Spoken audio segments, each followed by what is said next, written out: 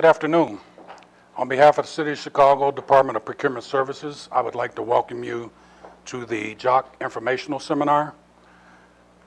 Real briefly, we'll go over some of the following topics: an overview of the JOC contracting, job order contracting program, how you would be a bidder for the program as a prime contractor, some of the related contract documents, some contract specifics, bidding a job order contract directly, tips being a successful JOC contractor, procuring the individual projects after post-award, accomplishing the work as a prime contractor, subcontracting opportunities, and lastly, an open discussion if you have any questions.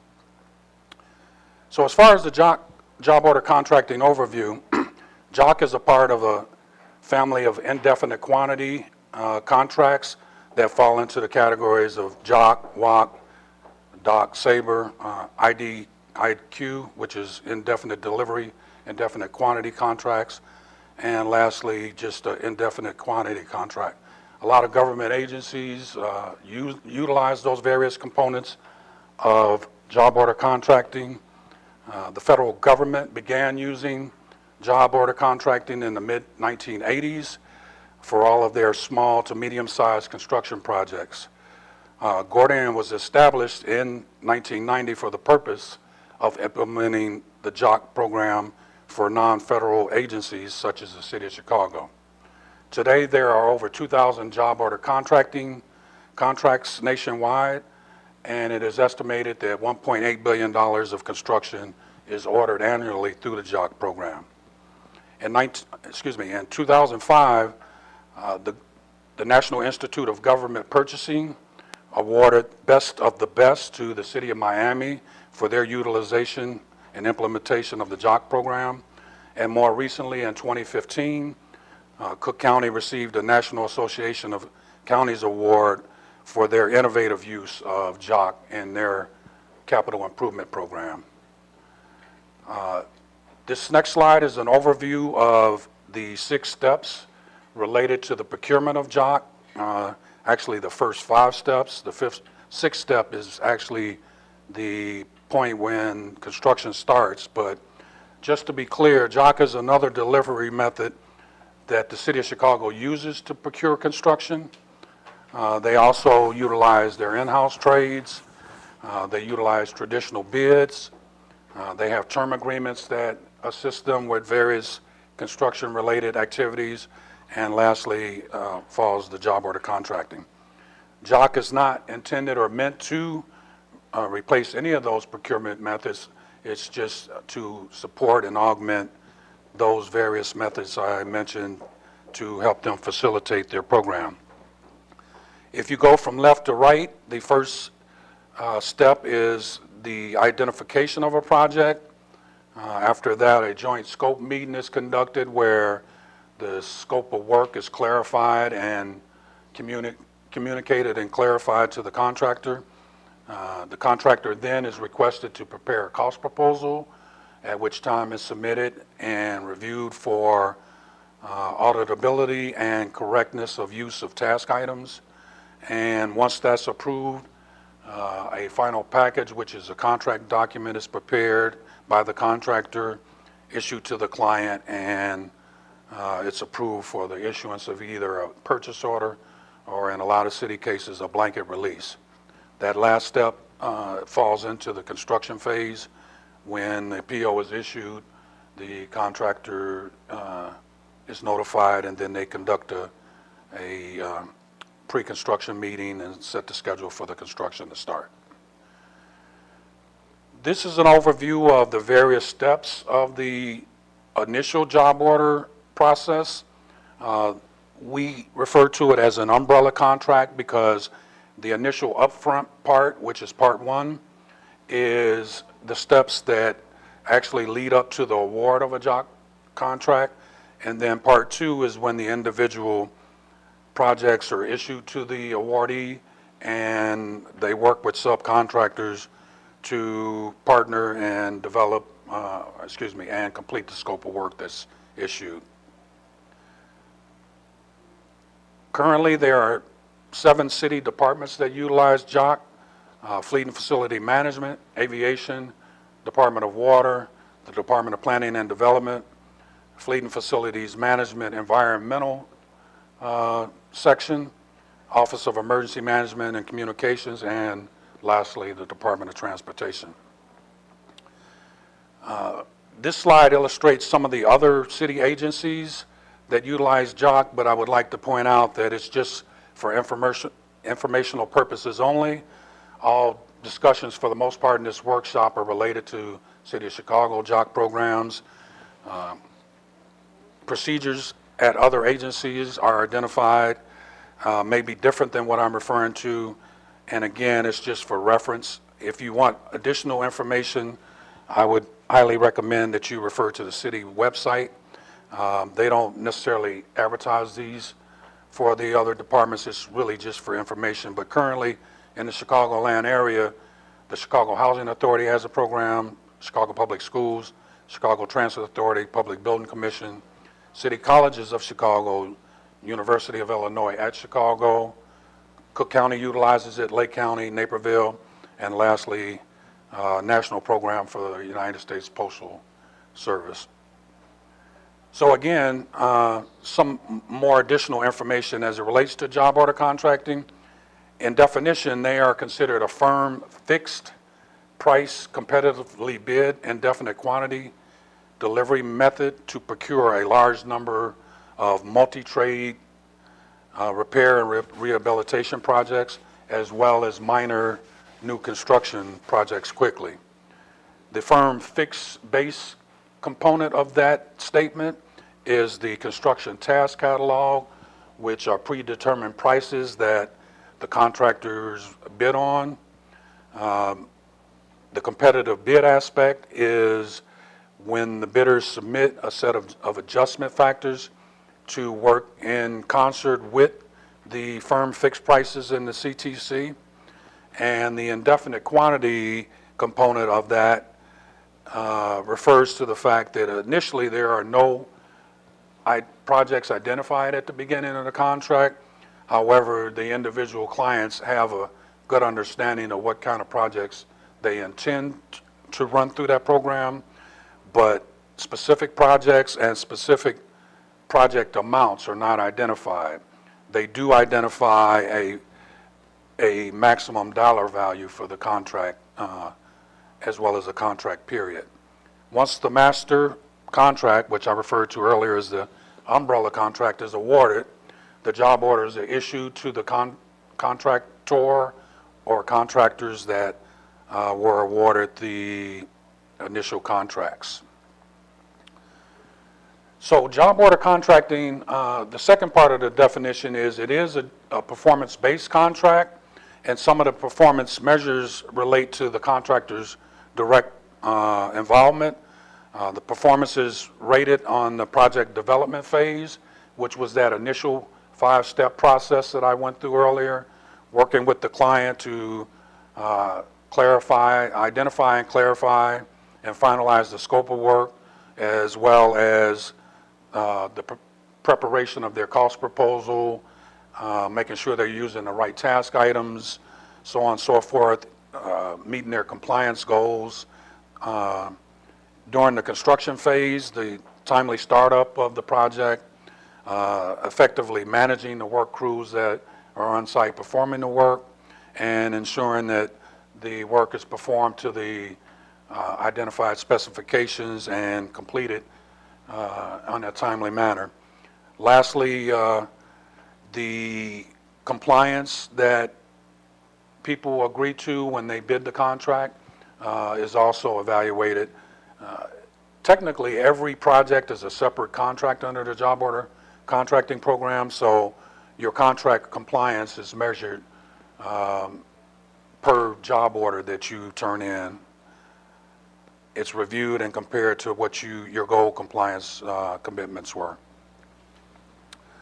So other aspects of the performance standards, quality price proposals, which I touched on a little bit, making sure that the accurate task items are being utilized, and I will cover the unit price book here in a second. The timeliness of turning in, submitting your price proposals, the timeliness if they need to be revised and resubmitting them for the client to review and approve, timely construction, which I touched on, the quality of construction, and again, the achievement of the MWBE goals as they relate to compliance.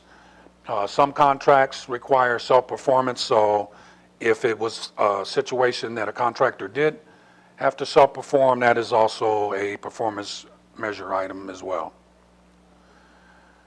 Prime contractors benefit from the job order contracting because, one, it can be profitable. The profit typically is related to the level of volume. The volume is directly correlated or connected to the performance. So if you perform well and the client has a lot of work, then they're going to keep issuing you job after job. The volume, again, is driven by the performance. Typically, JOC provides a steady flow of work. As I mentioned earlier, when a client goes into preparing a JOC contract, they have a real good understanding of what their, in this instance, what their 28 CIP needs would be as it relates to projects they intend to run through the program. It builds a long-term relationship with the city. Typically, good contractors would not create an adversarial relationship, so it's a partnership between the client and the contractor to basically get everything from beginning to end and successfully complete all the projects that they have slated for work. And lastly, it's professionally rewarding, especially with the City of Chicago. They have a variety of different departments, a variety of different type of contracts or construction projects, I should say. A good example would be the Department of Fleet and Facilities Management. I mean, they have over 400 different facilities they're responsible for maintaining. So you could have anything from a roof repair to terrazzo repair, major renovation of a library. So that mixture of facilities and types of properties that they maintain creates a good mix in the type of work and projects they assign. Subcontractors also benefit from the job order contracting program. Although there's no projects identified at the beginning of the bid process, prime contractors typically will have to be heavily reliant on subs in order to staff up and make sure they can meet the demands of the projects that are assigned. There's increased subcontracting opportunities because the prime typically won't complete all the work, again, requiring the need of subcontractors. And the simplified procurement process allows the work to be in shorter time periods. So that combined with the fact that there could be multiple assignments at any given time at different locations throughout the city strongly creates the need for additional manpower and support, especially in the specialty trade areas like mechanical, electrical, and plumbing. To find out a little bit more about the advertisements, I believe there was some handout informations. On the postcard, you can see the specifics, and it also lists the city's DPS website at www.cityofchicago.org/procurement. Also, the city utilizes the Chicago Sun-Times to post all of their bid announcements when they're ready for to submit contracts out for bid. If you're bidding as a prime contractor, bidders have to meet the requirements of contracts, documents including licensing, insurance, and bonding. Bidders must also complete all the required forms in the bid package. Bidders should correctly have the highest level of management staff in order to run the program. JOC contracts are often required to manage multiple jobs at once, as I indicated earlier. So having that staff to manage it, as well as a good pool of subcontractor, is definitely a plus. Previous JOC experience is not necessary. However, helps if you have it. The Gordian Group, as part of the customer support that we have with the City of Chicago, we provide JOC training for any contractor that requires it, and we cover the use of the entire eGordian software, how to create a job order, how to deal with your price proposal, submit, and how the contract documents tied to that particular project or projects that you're working on. This slide, even though it's a little hard to read, is just a sample checklist of what the document submittal checklist looks like for the job order contracting. Again, I'd like to point out that the prime contractor is responsible for all their required license, insurance, and bonding, and the completion, accurate completion of the contract documents. So as far as the documents related to a JOC contract, typically there are 5 books that we refer to. Book 1 is more commonly referred to as the instructions to bidders and execution documents.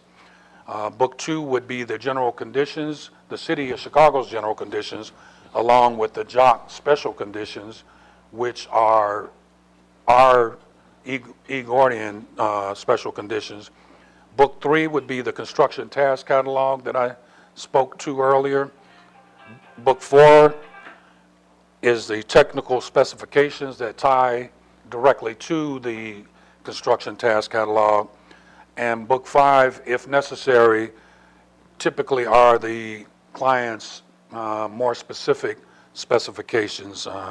You may see this in a client like Chicago Department of Transportation. They have their own roadway IDOT type specifications that they typically follow, and the contractors for those contracts would have to adhere to those specifications as well. So Book 3, the construction task catalog, which I touched on several times but not in any level of detail. All the task items in the CTC are organized in the CSI format. This slide illustrates how it's set up. You have, from left to right, the CSI format number, or master format number, I should say, and typically a full description of the task item. Halfway down the middle, you'll see the box that talks about modifiers. Modifiers are included for either a quantity discount to the client and or a increase for special installation / condition setup. A modifier may be used in an instance where you're working in a confined space, restricted space. There may be a reduction modifier for a quantity discount. If you're putting in 3,000 square feet of ceiling tile, the modifier may take that quantity discount into consideration and adjust that cost accordingly. Then further, you go to the right, you have your install price, and lastly, if there is a demolition component to that particular task item, that is listed under the demolition price. So to go a little further, I mentioned Book 4 is the technical specifications.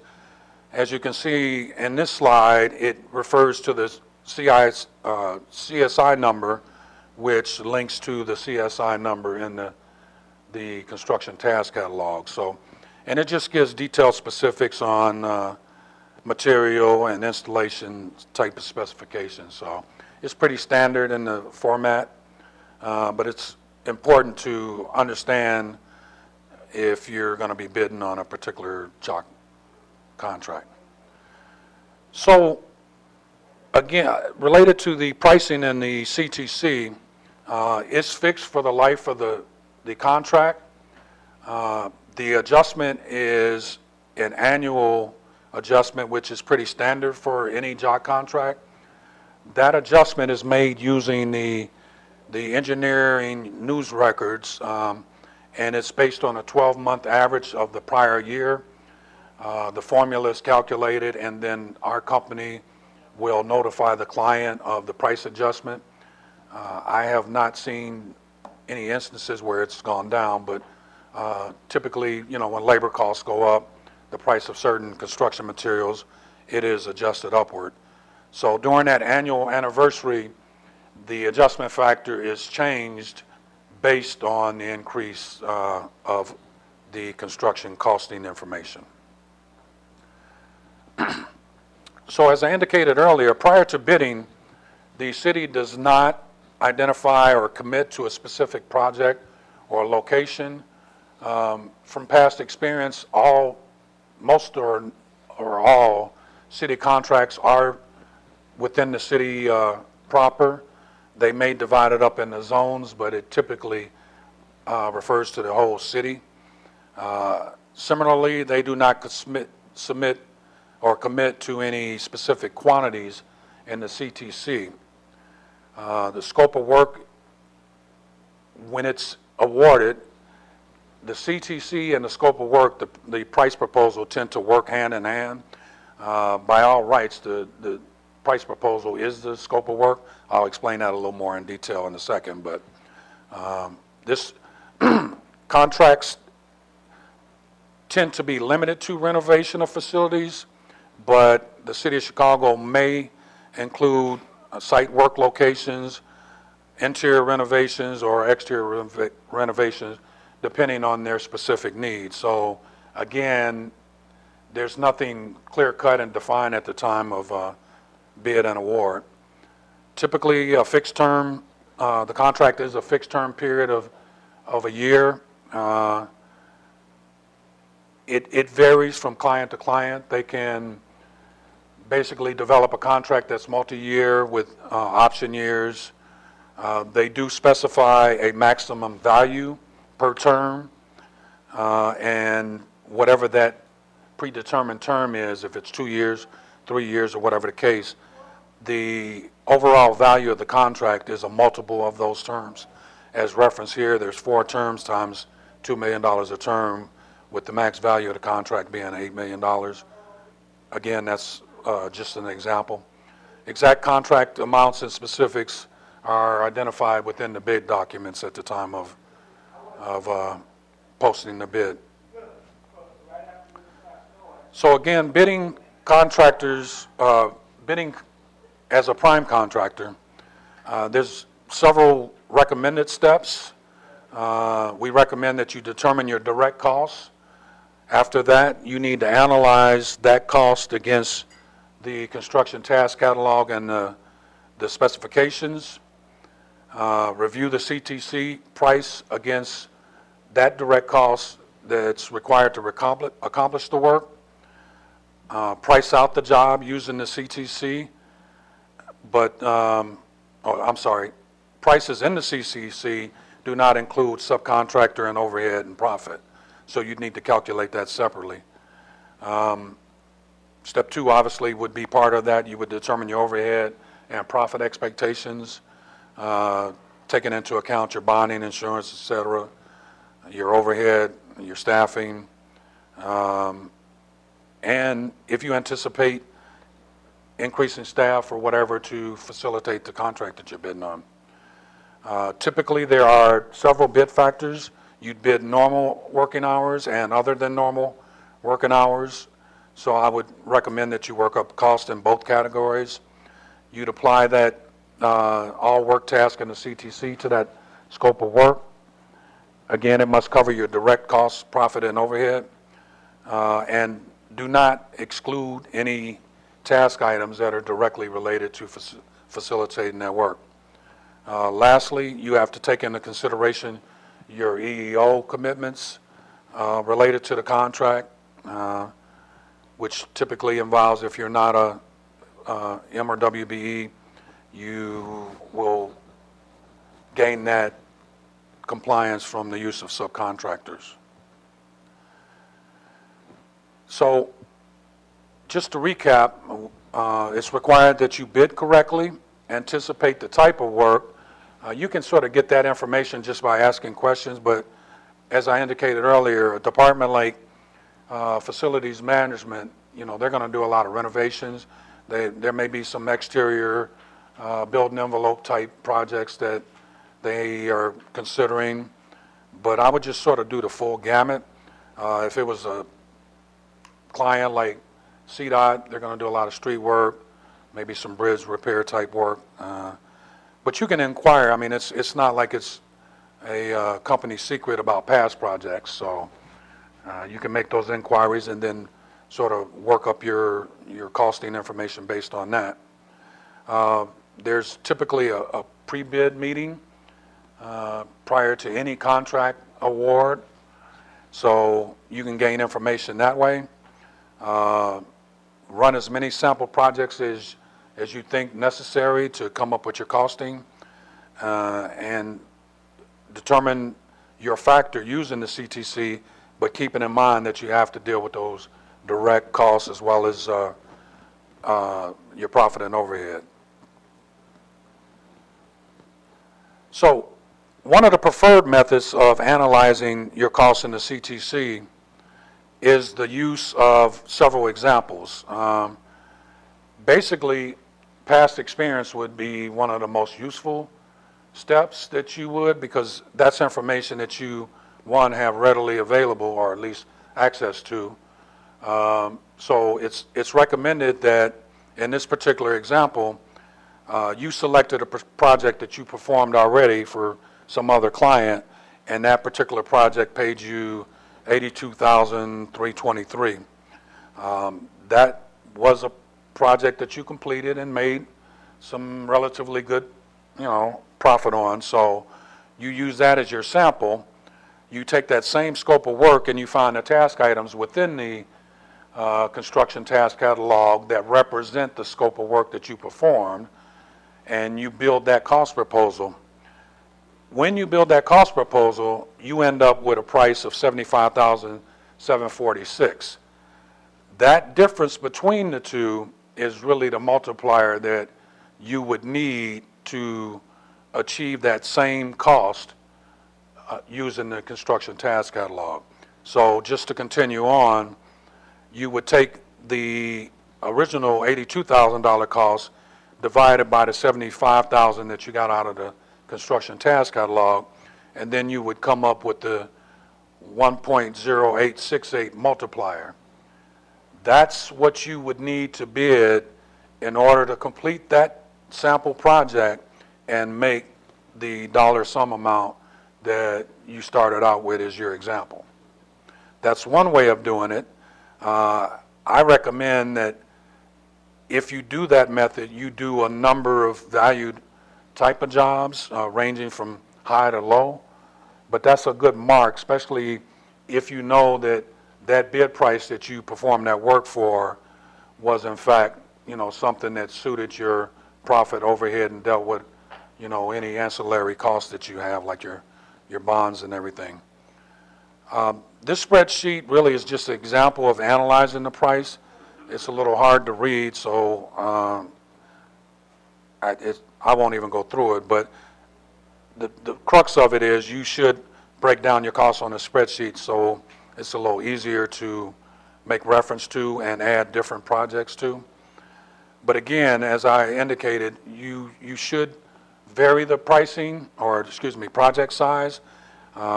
We sort of recommend that you take some average size projects and again go maybe high and low.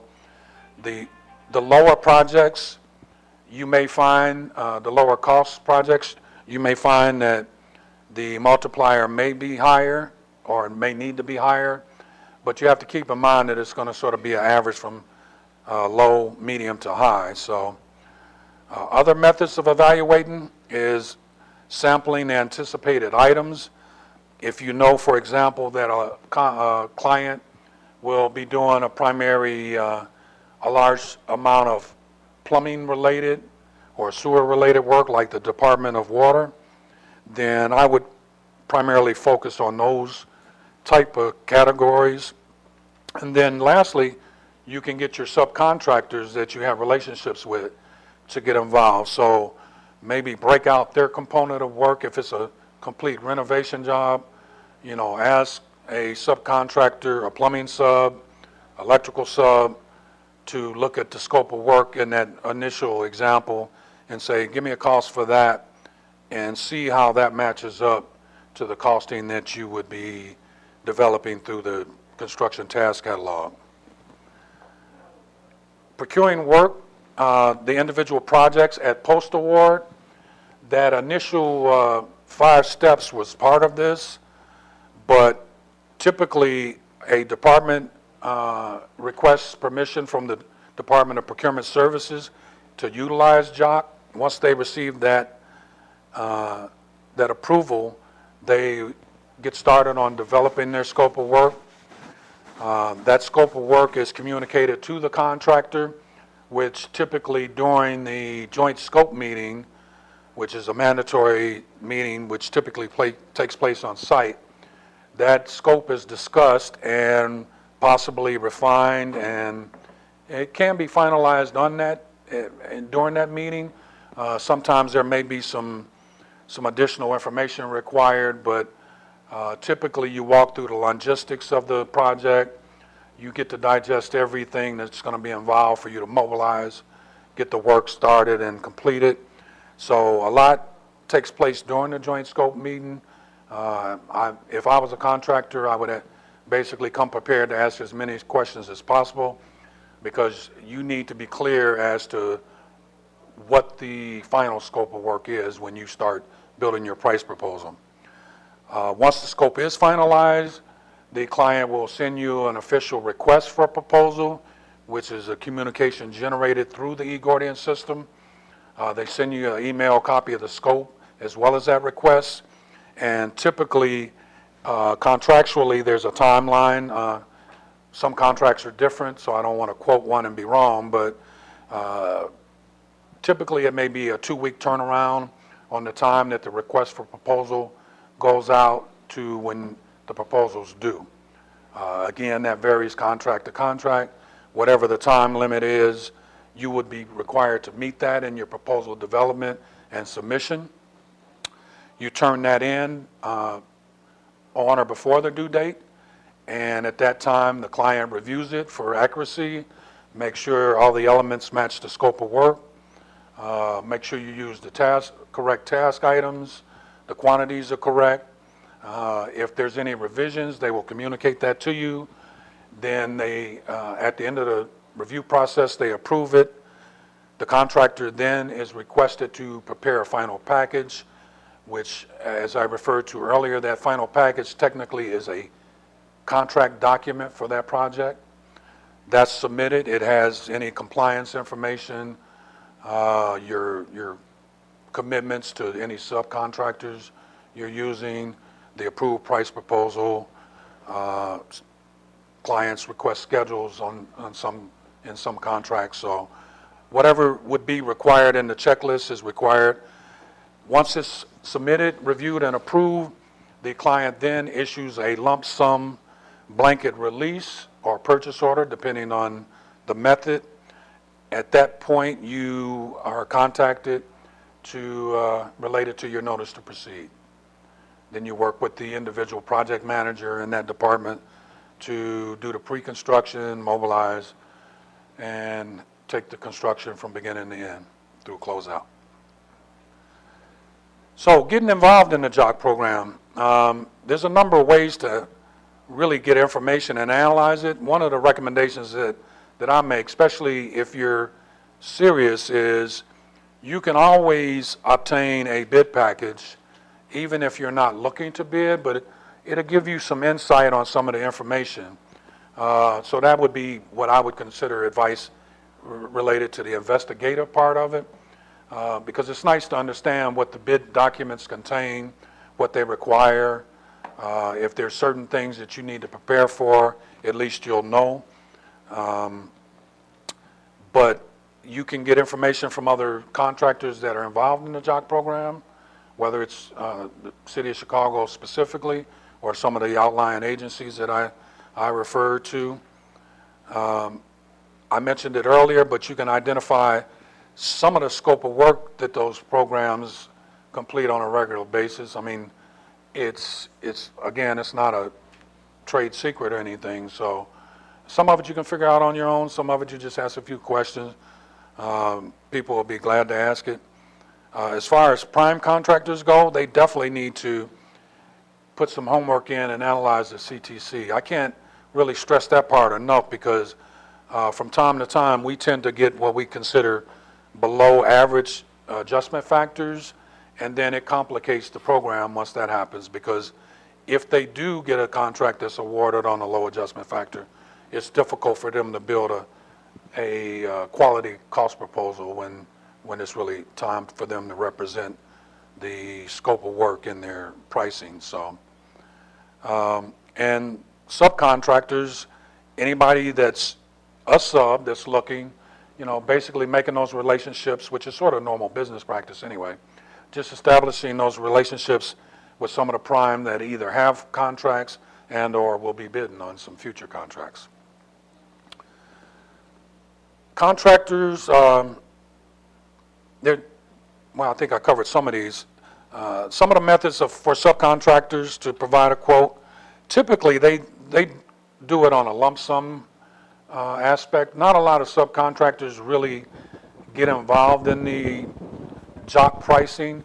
That's not to say they can't. I mean, if they want to learn, they can, but yes. A lot of contractors, they're used to doing lump sum quotes. So, but as a subcontractor, it's beneficial to the prime that even if they do prepare a lump sum quote, that they provide some reference to the time and material aspect of that quote. Because when you get into the CTC, everything's broken down by category, and it includes labor, equipment, and material for each task item. So just to expound on that a little bit more, which I didn't touch on earlier, but the CTC is really sort of, it drills down to a pretty low level for components. So the best example that I could give would be if you're going to install a new door and you need to price that out in the CTC, the removal of the old door is a demo item. The installation of the new door is a task item. The hardware that goes on the door is another task item. So you really have to build multiple components in order to sort of see the whole completion of a larger task. And that's where the point that I was making about how understanding the CTC task items is really important. And if a prime does rely on subs, they need to know the quantities of materials in order for them to assist them in building their cost proposal. Again, JOC is a performance-based contracting system that requires a high quality of construction. I can't stress the importance of some of the performance measures. We've encountered contractors that were slow in their proposal development, was great in construction, but it's really sort of a trade-off. If you can't get the front end part done and you're great at the back end, it's not really a full, a full basket of goodies. It's just piecemeal. So all of it sort of really ties together and works together as it relates to how well you perform. So, excuse me, JOC is an established procurement system used by several types of public agencies nationwide, which I typically covered earlier, but I'm just recapping now. It also has benefits for all parties involved, the clients/owners, prime contractors, as well as the subcontractors, which I alluded to several times. The subs need to be available because the contractors may get a large volume of work and just can't deal with it all. And to be honest with you, a lot of primes don't really cover a full gamut of the different trades anymore, so they may have a specialty area and have to rely heavily on subs. Performance-based contracting again, for prime contractors who may want to submit a bid, they definitely need to do their legwork, as I indicated several times, and get into the CTC, do a number of sample projects, and come up with a sound, reasonable adjustment factor. And for subcontractors, just be aware of the various methods that they would be allowable for them to price out work with the prime contractors. This last slide just represents the Assistant Deputy Procurement Officer, Mr. Byron Whitaker. His contact information is also provided, as well as my name, which in retrospect, I just remembered I failed to introduce myself. But anyway, my name is Mike Batchman. I am the Senior Account Manager for the Gordian Group and assist the City of Chicago in managing their JOC program. So at this point, I'd like to conclude the presentation and take any questions you may have. Any questions? So the JOC program, it's not just based on the JOC program is not just based on low cost or low bid. It's more of a more value. Well, the initial part of it is competitively bid, and it is the City of Chicago is required to go off of the lowest competitive bid. But once that initial bid process is completed, all the assignments or jobs are on an individual basis. So, I mean, it is, you know, best quality, but the factor range can be significant if there's multiple awards. Because your company may have higher overhead than my company. So I may be able to go at a lower factor than you would be just because of that overhead difference. Any other questions? What if your company didn't take the whole scope of work in and it tends to get the lowest bid, but will that lowest bid be awarded to the lower bid, or would they push it back and say, hey, you didn't take into consideration the whole scope of work? All right, so let me just stress this part again. The front portion of the bid of a JOC contract is the bid portion, and that's where the adjustment factor comes in. Once you receive an award, there really is no additional bidding. Your costs are developed using the construction task catalog. So your understanding of the scope of work related to that project assignment is reflected in the pricing, the task items that you put in the the cost proposal. And that determines your cost. So it's, as long as it's clean, accurate, and represents the scope of work, there is no bidding. The cost is the cost for the most part. A client may challenge you on your quantities. You may have, I'm not going to say mistakenly, but you may have measured 250 linear feet when the client had it documented at 200 linear feet. That is just a misunderstanding that you get together and discuss. If you need to go back on the site and take some more detailed measurements, that would take place. But typically, if the client did their homework correctly and their numbers are accurate, it's going to probably be closer to 200 square feet or linear feet. One question? I'm sure this probably was already asked. The only requirement to be a part of the JOC is just to be a licensed general contractor? Well, it really depends on the terms of the contract. The City of Chicago, I believe, has some kind of union clause. So City of Chicago, Cook County, I know we're talking about city, but some of those particular clients have union requirements or signatory requirements.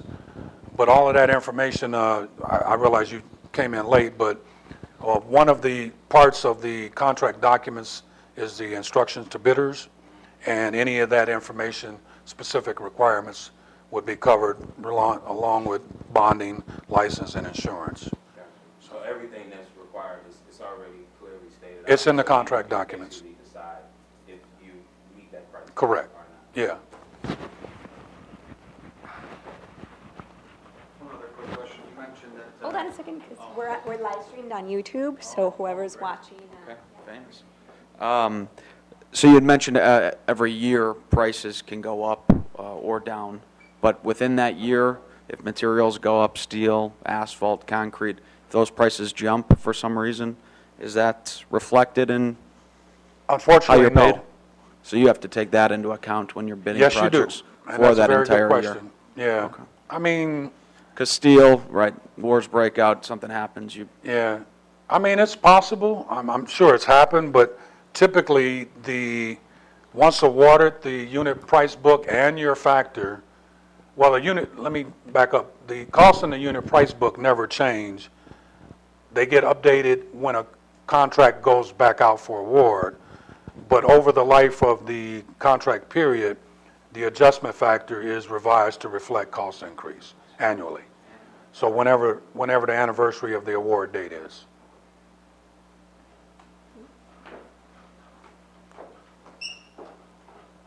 So I was looking online at some of the open or the closed solicitations, and I saw varying numbers from 2,000 to 200,000.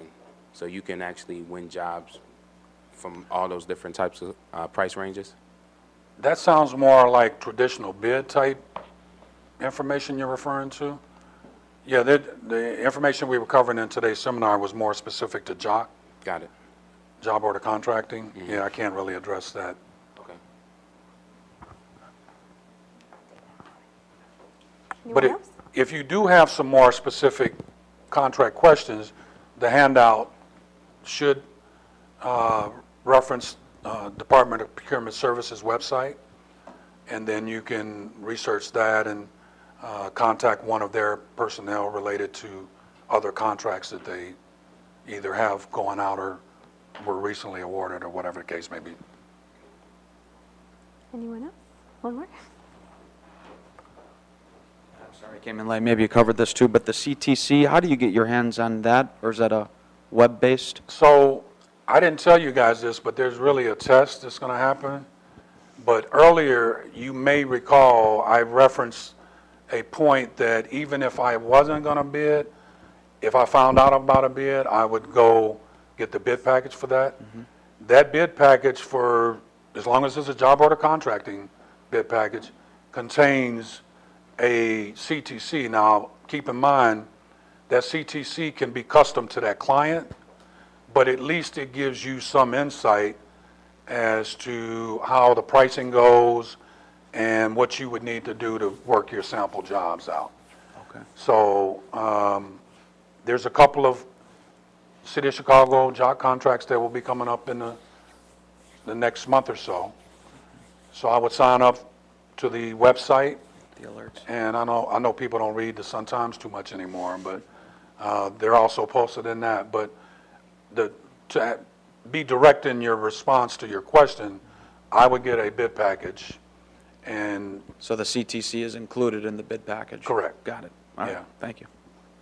because just to finish that point, it's anytime a new contract goes out, that same adjustment that I said for the factor, that actually happens to the book. So we look at the national average, and then our company updates the construction prices in the book to as close to that award date. I mean, you can't match the award date because it's advertised and then awarded, but the best example would be if we're going out for bid in November, the pricing is going to be as current as we can get it to November. So, and that sort of eliminates any major fluctuations, I would imagine. There could still be some in 6 months, but it's probably the exception to the rule. You made a comment earlier about the CTC being catered to the client's needs. It can be. So there's not a general CTC for bids in general, or are they all individually made up for The bigger clients? the bigger the client, the more robust the CTC is. A good example would be Fleet and Facilities Management.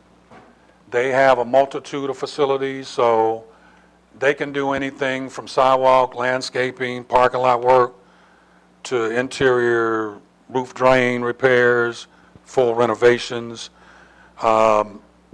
Transportation, their catalog will be more related to road work and not necessarily facilities renovation.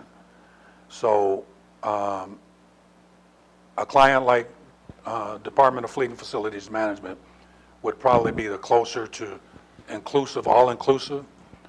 But if we had, I'm getting off the beaten path slightly, but just for a reference, when we have contracts with certain, like hospital systems companies, there's pretty much that whole book is for the most part hospital-type related construction.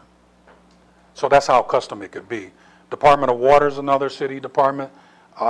They don't have too much facility-type renovation task items in their book. It's primarily water systems, sewer systems.